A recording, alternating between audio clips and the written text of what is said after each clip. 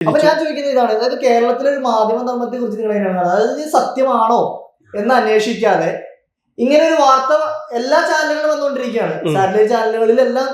നിങ്ങൾ ആരെങ്കിലും വിളിച്ചായിരുന്നു ഈ പറയുന്ന?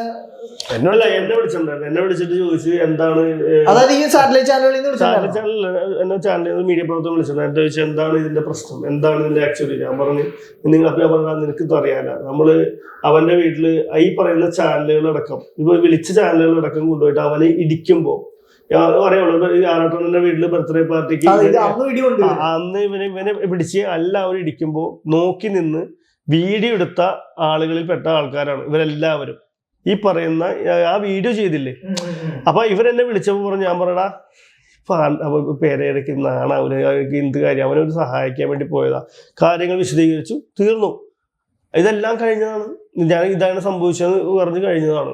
എന്നിട്ട് ഈ പറയുന്ന പോലെ ഉച്ചയായപ്പോഴത്തേക്കും ഇവരെല്ലാവരും കൊണ്ടുപോയിട്ട് ഇവനെ ബ്യൂട്ടി പാർലറിലേക്ക് കൊണ്ടുപോയി വീണ്ടും വേഷത്തെ വിധാനം ധരിപ്പിച്ച് ഇവനെ കൊണ്ടുവന്ന് ഇറക്കിയിട്ട് കാണിച്ചൊക്കെ ലോകത്തുള്ള എല്ലാവർക്കും മനസ്സിലായി കോപ്രായം കാണിച്ചു റീച്ച് കിട്ടാൻ വേണ്ടി ചെയ്തതാണ്.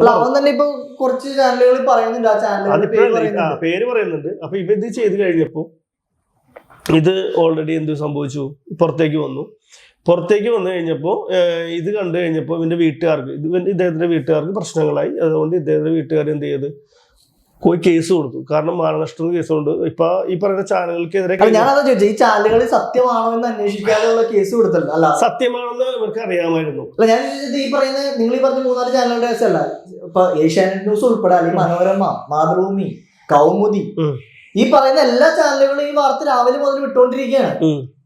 ഇവര് നിങ്ങളെ വിളിച്ച് അന്വേഷിച്ചിരുന്നോ? ഇല്ല. അപ്പൊ എന്താണ്, നമ്മൾ എങ്ങനെയാണ് ഒരു ന്യൂസ് സത്യസന്ധമാണെന്ന് വിശ്വസിക്കുന്നത്? അലിൻജോസ് പെരേരയുടെ വീഡിയോ ഇട്ട് കഴിഞ്ഞാൽ എല്ലായിടത്തും റീച്ചാണ്.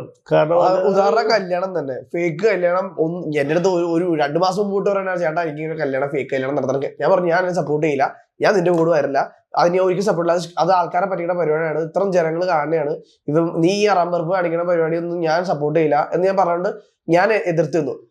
ICGയിലെ വൈശാഖാണ് ഈ പറഞ്ഞ ഈ പെണ്ണിനെ വിളിച്ചുകൊണ്ട് ഇവനെയും കൊണ്ട് ഈ പരിപാടി ചെയ്യിപ്പിച്ചത്. അതെന്താന്ന് വെച്ചാൽ ഞാൻ അത് ചെയ്യേണ്ട ഒരു കാര്യമാണ്. അതായത് അത് അവന്റെ ഇമേജിന് മതി, ഓൾറെഡി അവന്റെ ഇമേജ് പോയി കിടക്കാണ്. ഞാൻ എങ്ങനെയെങ്കിലും അവനെ നല്ല രീതിയിലാക്കാൻ വേണ്ടി ശ്രമിക്കുമ്പോൾ ആ പരിപാടി കാണിച്ച് ആ പെൺകുച്ചിനെ റീച്ചിട്ടാണ് വേണമെന്നൊക്കെ പറഞ്ഞ് റീച്ചിട്ടുണ്ടെങ്കിൽ നല്ല, ഞാൻ പറഞ്ഞു നീ അഭിനയിക്കുക, നല്ല രീതിയിൽ നല്ല കാര്യം പറഞ്ഞു കൊടുത്തിട്ടുണ്ട്, നല്ല രീതിയിൽ അഭിനയിച്ച് നീ റീച്ചിട്ടുണ്ടായിരിക്കും. അല്ലാണ്ട് നീ ഇങ്ങനെ കോമാളത്തിലെ കോപ്രായം കാണിച്ച് ആൾക്കാരെ പറ്റിച്ചിട്ട് നിനക്ക് എന്ത് കിട്ടാനെന്നൊക്കെ ഒരുപാട് തവണ ഇവന്റെ അടുത്ത് പറഞ്ഞിട്ടുള്ളതാണ്.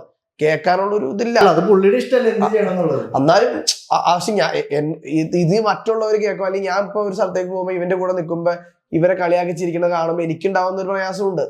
ആ സംഭവത്തിൽ എനിക്കുണ്ടാവുന്ന ഒരു പ്രയാസമുണ്ട്. ഇവന്റെ കൂടെ സംഭവം എന്ന് വെച്ചിട്ടുണ്ടെങ്കിൽ ഇവരുടെ വീട്ടിലാണ്, അവന്റെ വീട്ടിൽ പോലും ചില സമയത്തൊന്നും പോകാറില്ല. ഇവരുടെ വീട്ടിലാണ് ഇവന്റെ ഒപ്പം തന്നെ കിടന്നുറങ്ങിയാണ് അവൻ. ചില സമയത്ത് അവൻ എത്ര എല്ലാവരും വൃത്തിയായിട്ടവൻ മറ്റാണ് മറിച്ചാന്നൊക്കെ പറഞ്ഞാലും ഇവര് തമ്മിൽ ഒരുമിച്ച് റൂമിൽ. പിന്നെ അവിടെ വെച്ച് ഈ കൂട്ടുകാരൻ അനിയനെ പോലെ അങ്ങോട്ടും ഇങ്ങോട്ടും തള്ളും, അതൊക്കെ ഉണ്ടാവാറുള്ള സംഭവങ്ങളാണ്. അതുപോലെ തന്നെയായിരുന്നു ഇതൊന്നും വിചാരിച്ചുകൊണ്ടിരിക്കുകയായിരുന്നു.